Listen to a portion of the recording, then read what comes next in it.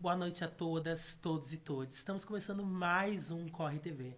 E hoje vamos relembrar o episódio que aconteceu no mês de maio. Esse episódio foi muito trágico aqui para o Rio Grande do Sul, que impactou muitas vidas das pessoas que moram no Rio Grande do Sul, na cidade de Porto Alegre. E para isso a gente vai receber um convidado mais do que especial para falar um pouquinho dessa temática, um pouquinho de tudo que aconteceu e relembrar. Então fique conosco e não perca nada.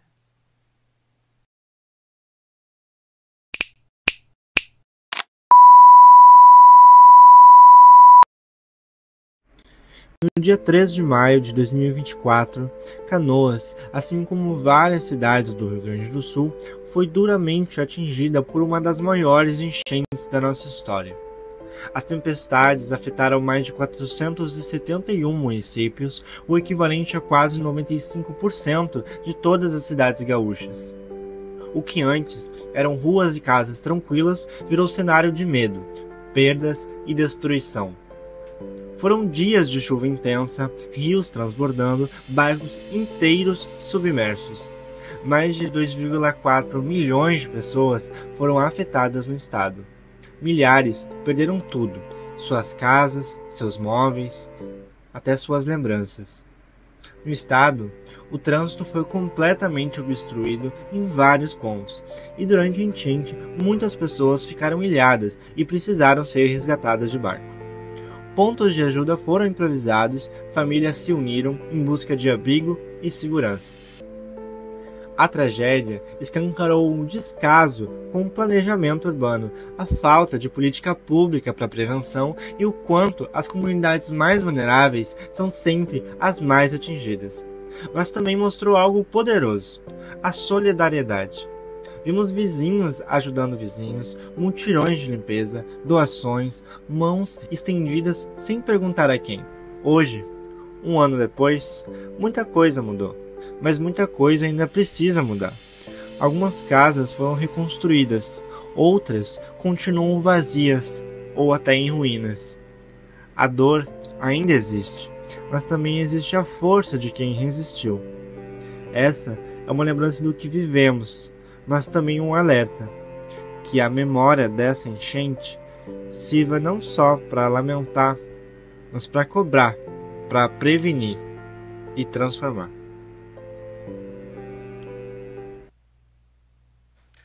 O nosso convidado de hoje é o Bernardo Coelho, de Porto Alegre. Ele e a família foram diretamente afetados pela enchente de 2024.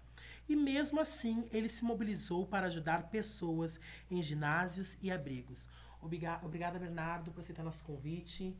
E eu gostaria, Bernardo, de te pedir que tu se apresentasse para o nosso público, falasse um pouquinho de ti, pode ser? Claro. Primeiramente, obrigado, Luca, pelo convite, né? Acho que é um assunto muito importante de nós estarmos falando. Estamos fazendo essa marca, né, de um ano. Nesses dias mesmos nós estávamos em mobilização. Eu sou aqui de Porto Alegre, né? Sou morador da Zona Norte de Porto Alegre. Minha família toda da Zona Norte, né? Que foi uma das regiões super atingidas.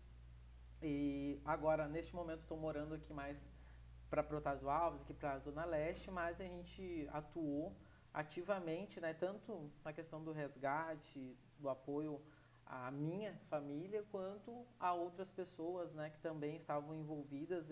Foi uma força comunitária, né? A gente viu ali pessoas de tudo quanto é jeito, etnia, enfim, classe social se juntar para realmente salvar outras vidas, né? Sim. Foi gente cuidando da gente.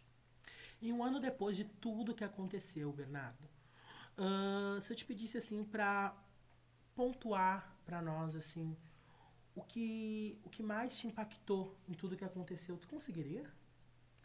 Tiveram diversos pontos, assim. Acredito que o primeiro impacto é a questão de realmente a água tá chegando, né? Uhum. Porque eu vi muitas pessoas que não acreditavam que a água chegaria, né? Sim. Deixaram para sair no último momento. A gente fazia muito stories, né? Muito vídeo dizendo saiam, se tiver qualquer tipo de risco, saiam. E a gente via que as pessoas não saíam, então esse foi o primeiro impacto. E depois, realmente, quando a água chegou, né? Que aí a gente viu pessoas tendo que sair às pressas, tendo que ser salva de bote, de barco, animais não conseguindo ser salvos, né? Que nem a gente estava comentando antes ali Uhum. nos bastidores, a gente conseguia salvar algumas pessoas, outras não. A gente focou mais nas pessoas também. Então, teve vários pontos, assim, até mesmo depois, dentro dos ginásios, né, dos pontos de apoio, que a gente via muitas famílias, né, com os filhos, com as crianças, sem roupa, frio. Então, assim, se tu pedir para mim te pontuar, me vê 2, 3 pontos, eu acho que seria inviável, né, porque são muitos pontos impactantes e que nos fazem pensar, aprender, enfim, nos trazem, né, muitas reflexões. Mesmo enfrentando tudo isso, tu com a tua família, eu queria saber, assim, Bernardo, da onde tu tirou forças para continuar atuando na linha de frente, para continuar ajudando o próximo, para continuar se doando. Eu posso colocar assim, se doando, para fazer a diferença para quem mais precisava. Da onde tu conseguiu tirar forças para continuar? Porque a gente sabe que não foi nada fácil, né? Eu também tive, né, atuando diretamente na linha de frente e o que a gente via ali, presenciava, era duro demais, né? Era algo totalmente de cena de filme, assim, de guerra, um caos total. Eu queria saber de onde tu tirou força para continuar. Olha, eu acredito muito em Deus, eu acho que é a primeira, né, a primeira fonte que a gente busca é força. E a segunda, acho que é um impulso, né, de tu ver as pessoas que tu ama, as pessoas próximas de ti, passando por aquela situação. E depois, além disso, ver outras pessoas que tu nem conhece, na verdade, tu não conhece, não tem convívio, enfim, tu começa a conhecer a partir daquele momento, e que tu quer tentar de alguma maneira amenizar, salvar, né, ajudar essas pessoas. Então, acho que esse é o ponto, assim, primeiramente é Deus te dando força, né, e no segundo momento é a ação, né, aquela coisa de eu estou, querendo ou não, num lugar um pouquinho melhor e eu vou buscar ajudar quem está precisando, né, buscar recurso, enfim. Neste período eu tive muito apoio também de colegas de trabalho, a empresa que eu estava foi uma grande rede de apoio, né, que auxiliou. Então foram vários meios ali que eu vi, bom, eu ainda no meio de toda a situação estou sendo privilegiado porque eu estou conseguindo buscar minha família, né, estou conseguindo levar para lugar seguro, estou conseguindo doações para eles, estou conseguindo ir nos ginásios, ajudar que outras pessoas recebam doações. Então, assim, são vários movimentos, né, que a gente faz até involuntariamente, eu posso dizer, porque é bem no impulso do que está acontecendo, é acordar 8 da manhã, ir para a rua, voltar 2, 3 horas da madrugada, né, porque às vezes tinha momentos que eu estava na rua fazendo alguma coisa, daqui a pouco, gente, eu vou ter que voltar agora para onde eu estou, para minha casa, porque não tem como andar na rua, não tinha como andar mais de carro. A água Foi um tava... cenário totalmente caótico, né? Porque a gente não tinha água potável, abastecimento de energia elétrica também, vários pontos foi cortado, assim, né? Por questões ali de tudo que aconteceu, da segurança. Então, tipo, encontrar força, essa coisa de muito de crer em Deus, de acreditar em Deus, é uma coisa que eu muito carrego comigo também, muitas pessoas, né? Mas, porque ali no começo ali, falei ali que a tua família também foi diretamente atingida, né? E tá na linha de frente, ajudando o próximo, e ainda assim, sabendo que a tua família também foi atingida, eu acho que, além de impactante, é algo que gera esse senso das pessoas querem saber da onde que ele tirou forças para continuar. Porque tua família também, né? Foi ele atingida, assim como muitos conhecidos meus, e a força, da onde vem? Então, tipo, é uma pergunta que as pessoas ainda fazem muito para quem atuou, que geralmente muitos que atuaram na linha de frente foram pessoas das comunidades periferias que foram diretamente atingidas, né? Porque dentro das comunidades a gente tem aquele senso de família, de um ajudar o outro, como a gente está dizendo nos bastidores, né? Mas como o meu vizinho ajuda eu se meu vizinho está passando pela mesma situação que eu? Então foi ali que a gente viu que as pessoas de comunidade, de periferia, elas não só se somam, se ajudam, mas dá para se considerar uma grande família que está junta nos momentos até nos mais caóticos, né? E tu trabalhou em ginásios, em abrigos ali, né? Que eram muitos, na sua grande maioria, improvisados. E o que tu testemunhou, assim, Bernardo, que te chocou? Porque eu vi nas redes sociais que tu trouxe alguns relatos de coisas que te chocaram, que tu presenciou quando tu estava nesses abrigos. E o que te impactou nos abrigos, assim, de forma negativa? Vamos começar assim? Pode ser. Assim, eu acredito que naquele momento ali todo mundo estava precisando de ajuda, né? E a gente tem que ter um pouco de noção, se é que eu posso dizer, num momento caótico desse, né? Então a gente via muita coisa, por exemplo, chegando doações, sapatos rasgados, roupas manchadas, né? Muitas roupas, calçados, enfim, doações que estariam mais aptas a lixo do que a uma doação para uma pessoa que está precisando, né? Então esse foi o primeiro ponto. E o segundo, que daí eu realmente fiquei bem revoltado, fiz stories e tudo mais, foi a questão de que nós estávamos todos mobilizados, tentando organizar Sim. os ginásios, né, para que chegasse comida para todos, para separar tamanho G, P, M de roupas e tal. E a pessoa chegar no momento de pegar a roupa, ela dizia, mas eu não uso short, mas eu não gosto da cor verde. Então as pessoas não estavam também, depois que já estavam dentro do ginásio, não estavam tanto cooperando, né, com o trabalho que pessoas estavam se voluntariando ali para fazer, né? Então teve alguns pontos assim que eu fiquei bem chateado, assim, revoltado também, né, que eu expus. Mas tem muitas coisas boas também, que nem a gente trouxe agora, que foi de a gente ajudando a gente. Pessoas que nem já tinham sido atingidas, mas já estavam seguras, que se disponibilizaram a ir lá até o local separar roupa, conseguir água potável, que não se encontrava, água para beber, né? Então, foram...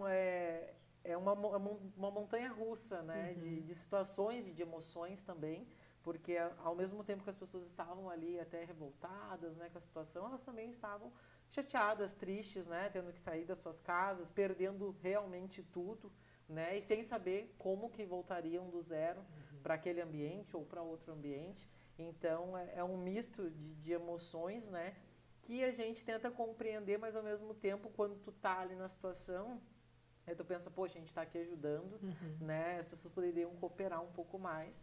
Mas eu entendo que também estavam revoltadas, né, estavam emocionalmente vulneráveis. Então, é uma situação complicada. Porque se colocar no lugar do próximo é muito difícil, né? Em várias questões e vários quesitos, ainda mais no que a gente passou, muitas pessoas não tinham nem como se colocar no lugar do próximo. E a gente encontrou neste meio, eu falando agora, Lucas Silver, a questão do despreparo dos órgãos públicos, a questão do despreparo do nosso prefeito, a questão do despreparo do nosso governador. Quando ele solta um comunicado que as pessoas têm que evacuar a cidade e ir para o litoral, ele gera ainda mais um estado de caos na cidade. E a gente pega naquele momento que a gente já estava desabastecido dos itens básicos, a gente começa aquela grande demanda de pessoas indo aos mercados e comprando produtos e insumos em grandíssimas quantidades que não iam precisar. Estavam estocando mais do que podiam e tinham, e aquelas pessoas menos favorecidas que não tinham poder aquisitivo naquele momento favorável para comprar os insumos, acabavam ficando sem, né? E aí aumentava mais a corrida por água, por roupa, por alimento. Os valores, né? A gente pegou muitas empresas, muitas pessoas aí extrapolando os valores de uma água, por exemplo. Tinha água que hoje custa o quê? R$3, e no momento ali estava R$7, R$10 uma garrafa d'água.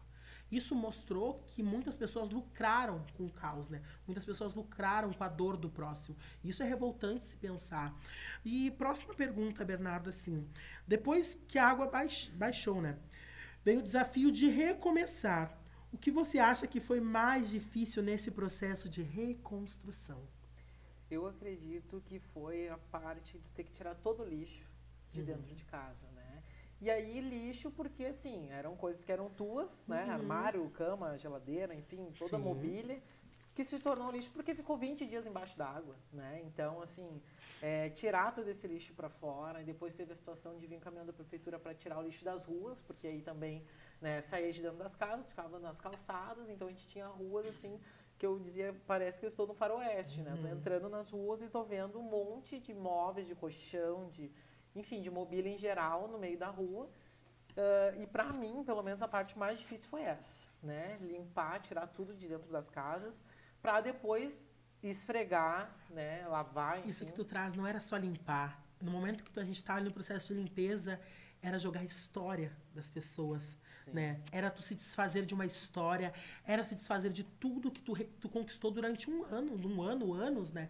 Tudo que tu batalhou para ter. Então, ao mesmo tempo que a gente estava com dor de ajudar a limpar, a tentar restaurar aquele lar, que muitos não puderam, né? Era tu ver tudo que tu conquistou indo pro lixo, literalmente, né? Sim. Então, tipo, foi muito doloroso e ainda é, porque muitas pessoas ainda não conseguiram conquistar nem 1% ou 10% de tudo que perderam. E entrando nisso, temos a questão da menção da compra assistida. No teu ver, Bernardo, como que está funcionando a questão da compra assistida? Tu acha que está dando certo? Pode ser bem sincero com a gente, assim. Assim, ó, eu não vejo um método 100% assertivo, tá? Eu sei que tem pessoas que conseguiram realmente, né, comprar, se mobilizar com o valor disponibilizado pelo governo ali, que é R$200 mil. Mas, assim, ó, eu trabalho hoje com venda de imóveis, tá? Muitas pessoas, principalmente depois, quando começou a retomada, né, das casas, vieram procurar os corretores, né, em busca realmente de poder utilizar o valor que eles ganharam ali para adquirir uma nova casa, né, e sair, enfim, da zona de risco ou da casa depredada. Porém, hoje dentro de Porto Alegre a gente tem poucos imóveis com documentação regularizada dentro do valor que foi disponibilizado, que é de R$200 mil. Que é um valor baixo, né? Que é um valor baixo para um imóvel, né, bom, numa zona onde não vai correr risco, porque aí, assim, as zonas que não correm risco hoje, elas valorizaram. Né? Onde a gente sabe que não vai chegar água, valorizou. E aonde chegou a água, desvalorizou. Então, foi... Esse valor, ele não contempla todos, né? Porque se tu pensar, uma família, por exemplo, que tem 5, 6 filhos, como se coloca uma família de 5, 6 filhos dentro de um cubículo, que geralmente são os apartamentos, hoje em dia são espaços muito limitados e pequenos. Como faz para conseguir um espaço que contemple uma família com mais de 3 indivíduos, né? É bem mais difícil, né? E assim, hoje o público que procura a gente para comprar um imóvel, né, dentro desse valor que foi disponibilizado, 100% querem casas, né? E aí, quando a gente fala em casas, hoje em Porto Alegre é muito difícil tu conseguir casa dentro do valor disponibilizado. Aí a gente direciona muitas vezes a apartamentos, que o apartamento tem a segurança, né? Tem toda a infraestrutura, enfim, mas que nem tu trouxe agora, uma família ali com 3, 5 filhos, já fica ruim de comportar essas pessoas, né? Por mais, sei lá, que o apartamento seja de 60 metros quadrados, né? Que seja um dos apartamentos maiores, mais antigos, igual fica difícil administrar. Fora as pessoas também que têm, né, ali familiar cadeirante, né? Eu mesmo tive uma situação de uma mãe que queria muito uma casa e a gente conseguiu dentro do programa, com documentação bonitinha lá em Canoas, só que a cadeira da filha dela não passava nas portas, né? A mãe ia ter acesso ao banheiro. Então, assim, são vários pontos que quando a gente olha assim, pensando em ajudar as pessoas, não foi tão bem estruturado, né? Não foi tão bem pensado nessas particularidades. Foi tipo assim, eu vou disponibilizar um valor e as pessoas que se virem com esse valor, né? Então tem muita gente que ainda não conseguiu comprar moradia, tanto que a gente vê muitos protestos, né, por moradia segura. E são protestos válidos, né? Porque a população parece que não está sendo ouvida realmente no que ela precisa, nas questões que realmente importam. Por exemplo, essa questão aí dessa cliente, eu posso que você como cliente, que tu trouxe. Gente, como é que tu faz? Como é que tu consegue dar esse valor ali sem ter todo um pensamento, uma sensibilidade, ou se colocar no lugar, não vou dizer se colocar no lugar, mas como é que tu faz para colocar uma pessoa em um espaço adequado se não tem condição adequada no próprio espaço, sabe? Entender a necessidade do cliente, né? E isso, tipo, é muito revoltante. A gente estava conversando nos bastidores também as questões das localidades, das comunidades que foram atingidas e os lugares. Como que faz a realocação dessas pessoas de uma periferia X, de uma comunidade X para outro espaço, se acaba sendo longe, inviável, as pessoas vão ter que gastar muitas vezes o que elas não têm para poder se manter em tal lugar, né? Então isso é muito revoltante, assim. Eu tive essa semana agora num protesto ali no Sarandi, que foi uma vigília, né? Uma caminhada pela questão de um ano, né? Do rompimento do DIC, exatamente no dia, no horário. E, gente, é um estado e um cenário totalmente caótico ainda. Tu encontra... quando eu cheguei lá, eu me deparei... Nossa, eu assim, né? Eu olhei de longe, esse monte de entulho, coisa...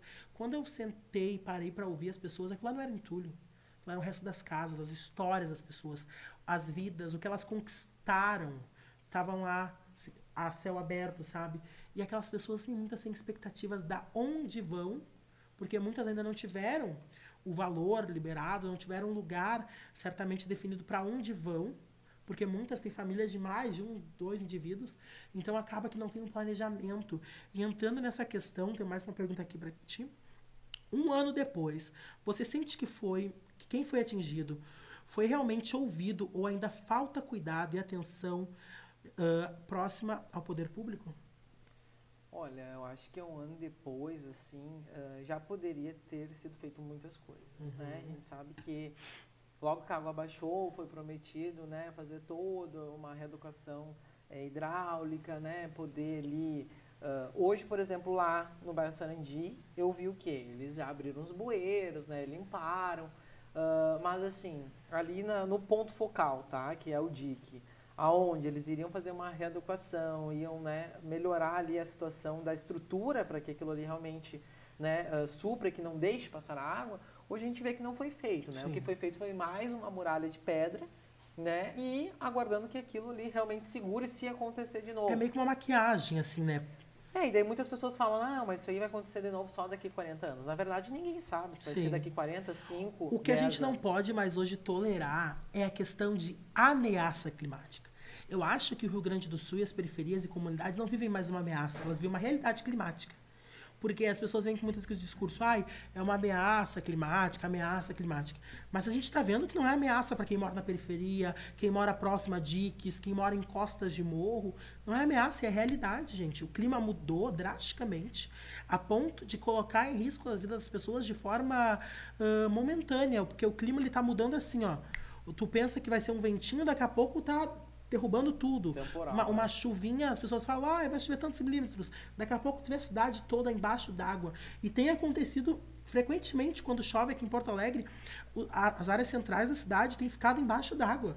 E 5, 10 minutos de 5, chuva, 10 a minutos gente de já vê a chuva. água subir. E cadê o poder público? Porque, ao meu ver, foi feita uma maquiagem em alguns espaços da cidade, não foi feita essa readequação, não foi feito um estudo realmente, não está sendo feito um planejamento concreto de como se prevenir futuramente.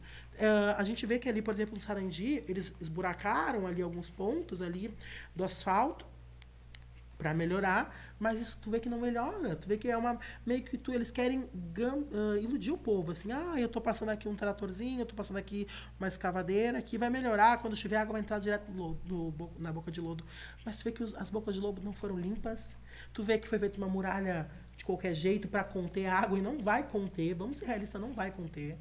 A gente e as pessoas que moram nessas áreas, elas dormem em estado de medo, qualquer chuva. Eu acho que coloca as pessoas em estado de pânico, né? Você percebe alguma mudança na forma como as pessoas ao seu redor passaram a enxergar o meio ambiente depois de tudo que aconteceu, Bernardo? Olha, eu acredito assim, a comunidade, as pessoas sempre foram orientadas a cuidar do meio ambiente, né? A questão da reciclagem do lixo, né? Não pôr lixo na rua e etc. Não sei te dizer assim, as pessoas realmente agora estão fazendo, né, esse trabalho, estão separando o lixo, estão cuidando o lixo que jogam no chão, enfim. Mas acredito que isso tudo que aconteceu tem que, de alguma forma, conscientizar as pessoas, né? A melhorar, nem que seja dentro do seu círculo ali de convivência, né? Dentro do meu pátio, dentro do meu lixo, né? Isso de cuidar o meio ambiente é muito relativo, assim, Bernardo, porque a gente vê hoje na cidade de Porto Alegre um sistema complexo totalmente sucateado. A gente vê, vou falar, demais sucateado, a CE Equatorial sem recursos para manter a energia elétrica da cidade funcionando. A gente vê o DMLU, por exemplo, não conseguindo dar conta do lixo que ficou das enchentes e ainda do que está se aglomerando nas comunidades, nos pontos focais da cidade. Então a gente vê um estado de um momento assim, totalmente sucateamento, tipo assim, e não é algo, está acontecendo esporadicamente. Ao meu ver, Lucas Silva, parece que é meio planejado, sabe? Vamos deixar de lado, não vamos investir aqui, porque assim a gente consegue privatizar. Será que privatizando vai melhorar? Né? Você acredita que tudo que aconteceu pode ser esquecido? Eu acredito que não. Tá? Acredito que quem passou por tudo que passou não vai esquecer. Não vai esquecer de como saiu de casa, não vai esquecer de como conseguiu retomar sua casa, né? Não vai esquecer das pessoas que ajudaram, das pessoas que estiveram junto. Né? Quem não passou, quem não foi impactado diretamente, mas ajudou também não vai esquecer, né? De tudo que foi passado, tudo que foi feito. Porto Alegre foi sim atingido, mas a gente teve outras regiões, a gente teve Canoas, por exemplo, foi uma cidade devastada, né? Então a gente tem diversos pontos, né, que foram atingidos, não foi só Porto Alegre, mas claro que como a gente atuou aqui, a gente está dando esse foco, né, a cidade de Porto Alegre. Mas eu acredito que não tem como esquecer, né? E até assim, é bizarro, mas há mérito de experiência para que isso aconteça de novo. Né? a pessoa vai ter que já vai entender que, ó, realmente eu vou ter que sair, não vai deixar para a última hora. Isso a gente acredita, né? Que não vão deixar para a última hora, que vão realmente, né, se mobilizar o quanto antes, procurar áreas seguras, enfim. Eu acho que a mérito de experiência também, caso aconteça de novo, né, é um ponto que ficou marcado com certeza na vida das pessoas que passaram por isso. Eu acho que bem muito aquela frase que estão usando agora, da memória ninguém apaga. Porque não tem como apagar realmente tudo isso que aconteceu, tudo isso que a gente vivenciou. Tu acha que está sendo feito um preparo futuro para caso aconteça algo parecido na cidade? Tu acha que há um movimento de se preparar para conter, para ter espaços prontos caso isso aconteça ou não? Eu acredito que não, pelo menos eu não vejo, tá? E eu estou sempre, né, pesquisando, procurando, enfim, acompanho o trabalho de alguns vereadores que eles realmente tomam algumas atitudes dentro da comunidade de melhoria que ajuda, mas não que isso esteja resolvendo o problema, né? Até porque eles eles potencializam a voz da comunidade. Sim. Esse é o papel do vereador, eu entendo hoje dentro da Câmara, né? Eles levam o problema da comunidade e lá dentro daí que vai ser decidido o que vai ser feito. Mas, efetivamente, eu não estou vendo assim, se acontecer de novo daqui, sei lá, 6 meses, a cidade se preparou? Eu acredito que não, tá? Sim. Com tudo isso que aconteceu, com tudo isso que tu vivenciou, o que tu leva como experiência para ti? Olha, eu acredito que, não só para mim, mas muitas pessoas, né, pegaram esse insight, primeiro, de que ali naquele momento todo mundo foi igual, né? A gente precisou todo mundo ajudar todo mundo, independente de onde morasse, independente de cor, de ideologia, de gênero, enfim. Então, eu acho que esse é o primeiro aprendizado, né? E o segundo aprendizado é que a gente tem que buscar, de fato, incomodar, né, os responsáveis reais por tudo isso que aconteceu, porque existem responsáveis, né? Porque a gente vê assim, foi uma situação climática. Maravilha, beleza. Mas a gente poderia ter contido, poderia ter feito algo para contornar ou para que não chegasse nesse ponto nível, que chegou, né? Tanto que hoje, a gente estava conversando também, a gente não tem dados, né, específicos de quantas pessoas morreram, né, de quantas pessoas foram impactadas, foi tudo muito por cima. O que eu via muito rolando era a chave Pix, né, mas quando foi a pandemia, por exemplo, a gente tinha todo dia uma atualização, né, de como estava a situação, dos hospitais, das pessoas, e agora na enchente realmente não teve nada disso, né? O foco foi nas doações, né? Foi em entregar muitos insumos. Muitos insumos também não foram entregues, porque eu acredito que teve muita doação que não chegou. A gente teve várias matérias sobre isso, alertando e trazendo a foco vários lugares que as doações não foram feitas de forma correta, né? Dito isso, quero perguntar para o nosso querido ali do chat, o Bruno, se a gente tem alguma pergunta? Boa noite, Bernardo, tudo bem? A gente recebeu uma pergunta no Instagram, na nossa caixinha de perguntas. Você acha que alguém deve ser responsabilizado pelas enchentes de 2024? E a tragédia ela poderia ter sido evitada com mais preparo das autoridades? Obrigado. Olha, que nem nós estamos falando aqui, né? Existe, né, responsáveis por isso, né? Assim, não que a gente vá culpar, mas eu acho que nem precisa culpar, né? A